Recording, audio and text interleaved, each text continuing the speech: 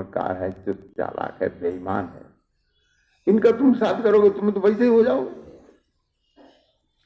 जैसे परिस्त्री से गमन करने वाला शुभगति को नहीं पाता है, ध्यान रखना, मोक्ष नहीं पा सकता है वो,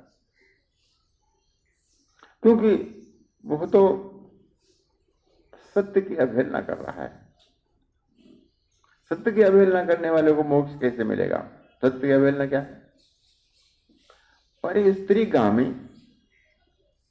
मान लो जिसने किया हो वो तो ठीक ठीक बता सकता है, हम तो नहीं बता पाएंगे कि उसको क्या उसमें विशेष आनंद क्या है तो हाड़ मास का ही शरीर, चाहे अपनी पत्नी का हो चाहे पराई स्त्री का हो, शरीर तो एक सा ही है? इसमें जीवात्मा वही है, शरीर ये पंच तत्वों का वो भी वही है, सब चीज वही है। पर स्त्री गमन से जिसको आनंद मिलता है उसका मन स्थिर कैसे रह सकता है? स्थिर नहीं रह सकता। तो अगर स्थिर बन नहीं तो लाए बाएं हरे वगैरह वो करी, तो शुभगति तो उसको मिलनी ही नहीं है। तो शुभगति कहते हैं मोक्ष को। मोक्ष तो बड़े मुश्किल से प्राप्त होता है। अति दुर्लभ कैवल्य परम पद, जिसका मन ही नहीं काबू में, उसको दुर्लभ पद कैसे मिलेगा?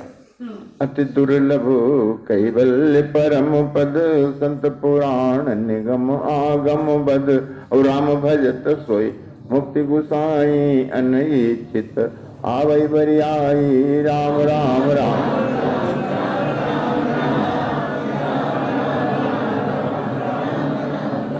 और राम राम करने से वो बिना इच्छा के भी मोक्ष प्राप्त कर लेता है। इच्छा न हो फिर भी मिल जाएगी। क्यों मिल जाएगी? क्योंकि ये राम नाम में खास बात होती है। सुनो राम कर सहज स्वभाव, जन अभिमान न राखहि काव, संस्कृति मूल शूल प्रदनाना, सकल शोकदायक अभिमाना, ताते करहि कृपा निधि दूरी, सेवक पर ममता अति भूरी। जो राम राम करता है उसका देहाभिमान नष्ट हो जाता है, देहाभिमान छूट जाता है। वो देखता है मैं देह नहीं हूं, मैं तो जीवात्मा हूं। फिर उससे ये कुकर्म कैसे बनेंगे? जब वो देह ऐसा सोचता है कि मैं शरीर नहीं हूं, उससे ये सब कुकर्म बन ही नहीं सकते। तो शुभगति पावक पर त्रियगाम, अब देह में नहीं हूं तो यही तो मुक्ति है। यही शरीर भी नहीं और संसार भी नहीं, बस मुक्ति है। तुम ऐसी जगह पहुंच गए जहां इन दोनों को दर्शन नहीं अथवा इनकी याद भी नहीं, यही मुक्ति है। और भक्ति ये तो है नहीं, फिर है क्या?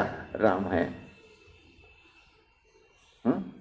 ये तो नहीं है, ये को ब्रह्म द्वितीयो नास्ति, ब्रह्म के सिवा ये है नहीं, फिर है क्या? वो राम है। उन्हीं के ये अनेकों इस तरह के रूप हैं। ये विश्व रूप उनका कल्पित रूप है, स्वप्न रूप है। ब्रह्म रूप उनका सुषुप्त रूप है, प्रेरणा रूप जिसको कहते हैं, प्रेरणा रूप है।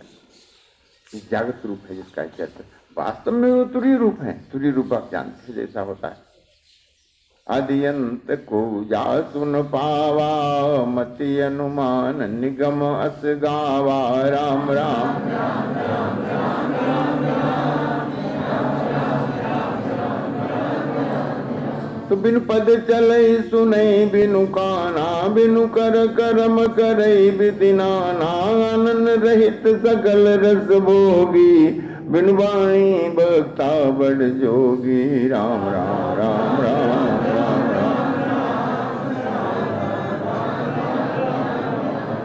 तन बिनु परस नैन बिनु देखा, ग्राही घ्राण बिनु बास अशेषा, अति सब भांति अलौकिक करनी, महिमा जा सुजाई नहीं बरनी, महिमा जा सुजाई नहीं बरनी, यही मिगा वही वेद बुधु, जाहि धरई मुनि ध्यान, सोई दशरथ सुत भगत हित, कुशलपति भगवान, राम राम राम राम राम राम राम।